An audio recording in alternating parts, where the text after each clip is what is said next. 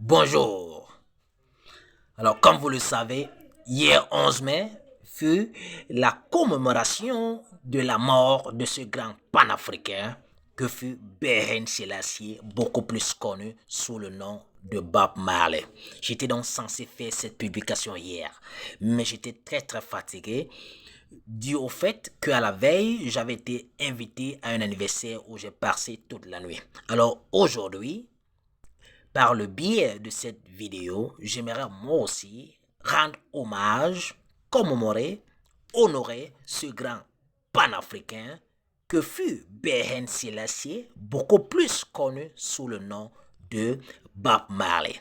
J'ai fait un tour hier en ville et j'ai vu des loxeurs, je ne les appelle pas des rastas, ce sont des loxeurs tenant de bouteilles de bière en fumant du cannabis, croyant célébrer Bob Marley. Vous êtes des drogués. Vous n'êtes pas des rastas. Vous êtes des drogués et vous n'avez pas célébré Bob Marley. Vous avez causé du tort au mouvement rasta en général et en particulier à Bob Marley.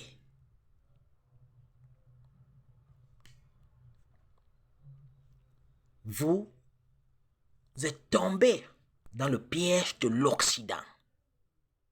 Vous avez présenté l'image du rasta, l'image du drogué que le monde occidental aimerait que vous présentiez. Le monde occidental a voulu discréditer le message du rasta en général et en particulier celui de Bob Marley en le présentant comme un drogué. Ils ont eu peur du message. C'est pourquoi la CIA a assassiné Beren Selassie de façon très technique. Vous qui étiez hier avec les bouteilles de bière à la main en fumant du cannabis, j'aimerais vous dire, hier ce n'était pas la journée du cannabis. Hier on commémorait Bob Marley. Si vous aimerez célébrer le cannabis, vous attendez le 20 avril. Le 20 avril, c'est la journée internationale du cannabis. Et cette année-ci, votre journée est déjà passée. Votre journée est déjà passée. C'est le 20 avril et non le 11 mai. Si on vous posait la question de savoir c'est quoi le rasta, que veut dire rasta, vous ne serez pas en mesure de répondre. Vous êtes des drogués. Le rasta ne fume pas le cannabis à temps et à contre-temps. Le rasta fume uniquement le cannabis lors des séances religieuses. Comme le chrétien consomme le vin rouge ou la communion uniquement lors des séances religieuses, le chrétien ne va pas aller se saouler la gueule au nom du christianisme.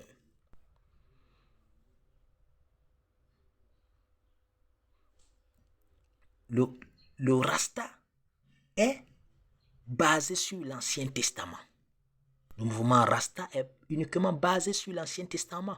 Et pour ceux qui ont l'habitude de suivre mes enseignements, je vous ai dit que l'Ancien Testament est tout simplement la tradition très ancienne des Bassa que nous appelons le Mbokwankwang.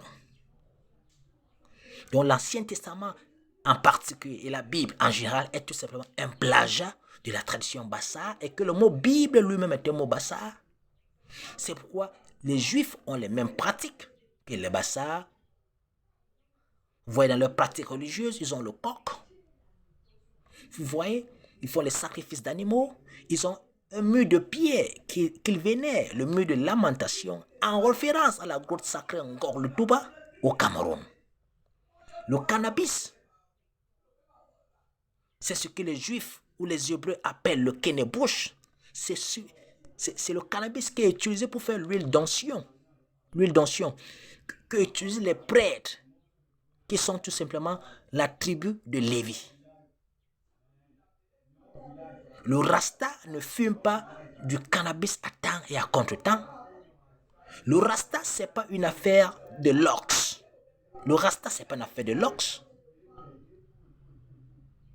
Les lox viennent également de la Bible, qu'on appelle les Nazariens.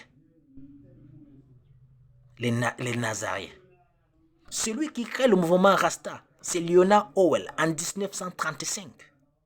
Et avant 1935, les Africains ont toujours porté des locks. Donc, avoir des locks ne fait pas de vous des rastas. Lorsque vous allez au Sénégal, la tribu des Bafol au Sénégal, ils sont des loxeurs, mais ne sont pas des rastas. Vous allez au Kenya, les Maasai ont des locks, ils ne sont pas des rastas. Vous allez au Soudan, il y a des tribus qui ont des locks, ils ne sont pas des rastas. Vous allez en Namibie, au Botswana, des tribus ont des locks, ils ne sont pas des rastas. Et même au Cameroun, certains de nos ancêtres ont porté des locks, mais ne sont pas des rastas. Il ne faudrait pas faire l'amalgame. Le rasta est un mouvement politique, social, culturel, religieux et spirituel à caractère panafricain.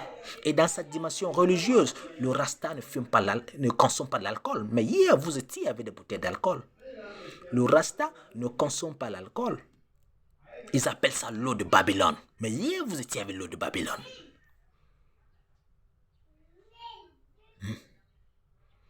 Avoir des locks ne fait pas de vous des rastas.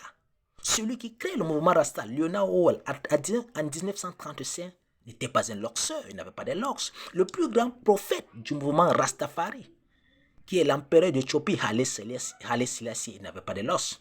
Le deuxième plus grand prophète, qui est Marcus Mosiah Garvey, n'avait pas de locks. Bob Marley est tout simplement le troisième plus grand prophète du mouvement Rasta, et celui qui avait des locks. Donc vous devez faire très très attention. Ne venez pas spolier le message Rasta et celui de Bob Marley par la fumée du banga d'une tasse. Si vous ne comprenez pas anglais, demandez qu'on vous traduise le message de Bob Marley, le message Rasta.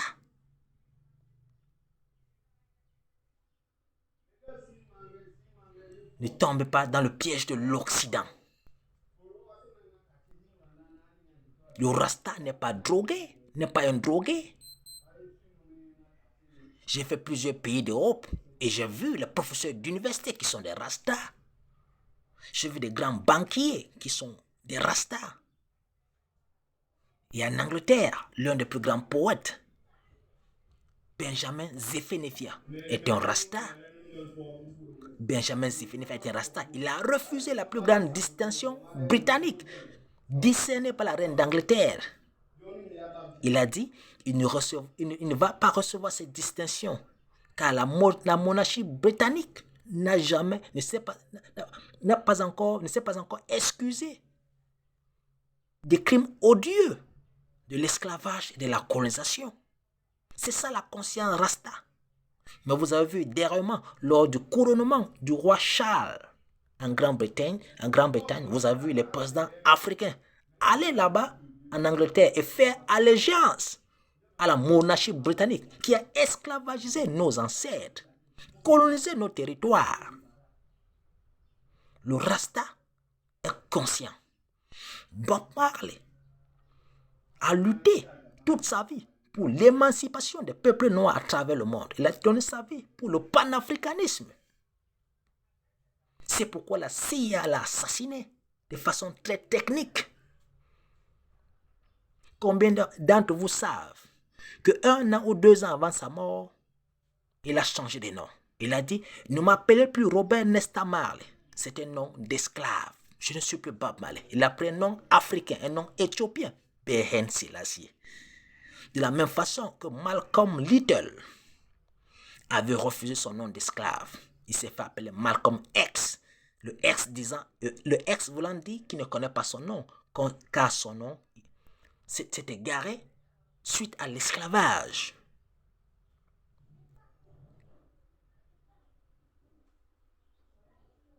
J'ai fait plusieurs pays d'Europe et en Europe, dans les stations radio, on a peur du reggae. On va vous jouer du rap américain. Car là-bas, ils font l'apologie de la violence, du sexe, de l'argent. Ils appellent à se tuer. Ils s'appellent nigga.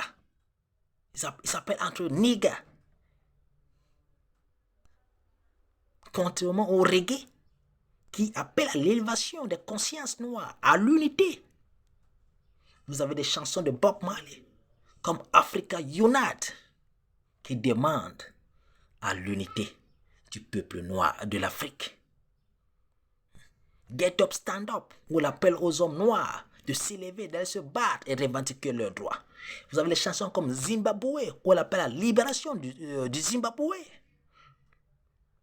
Vous avez la chanson comme War, guerre, qui est tout simplement qui est tout simplement le discours de l'empereur d'Éthiopie à la tribu des nations, de la Société des Nations, qu'il a transformé en musique. Ils ont peur du reggae. Et lorsqu'on vous joue du Bob Marley, on va tout simplement vous jouer de Woman No Cry, une chanson d'amour qu'il a écrite à sa femme. Ou alors du One Love.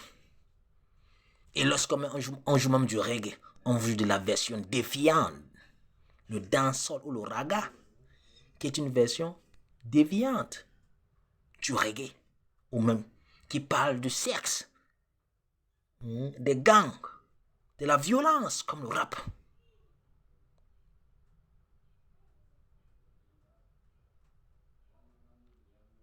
Le Rastan n'est pas une question de drogue, c'est pas une question de luxe. Ne tombez pas dans le piège occidental. C'est à cause de vous que les Rastas sont discriminés dans la société. Parce que vous présentez le Rasta comme un drogué. Si vous aimeriez célébrer le cannabis, attendez votre journée. Le 20 avril, c'est la journée internationale du cannabis. Vous ne connaissez même pas les préceptes du Rasta. Sans vous demander, on vous poser la question de savoir que veut dire le mot Rasta. Vous ne saurez quoi répondre. Vous ne pouvez même pas citer un ouvrage du Rasta que vous avez lu. Mais hier, c'est vous qui étiez avec les bouteilles de vin. Le Rasta ne consomme pas l'alcool. C'est interdit. Le Rasta est strictement végétarien. Il ne consomme pas la viande et le poisson. Moi, je suis un sympathisant Rasta. Je ne suis pas un Rasta. Je suis dans le Mbok, la tradition des Bassars. Je suis un sympathisant Rasta. Car c'est un mouvement panafricain qui lutte pour l'émancipation du peuple noir, pour la libération du peuple noir.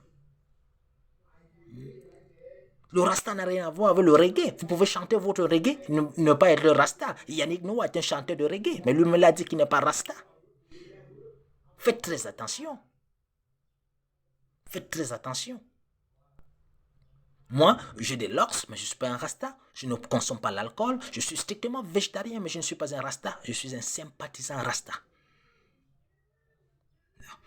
Si vous ne savez pas comment célébrer Bob Marley, de grâce, restez chez vous. Si vous aimeriez célébrer le cannabis, attendez le 20 avril. C'est votre journée. C'est la journée internationale du cannabis, du banga, du nda.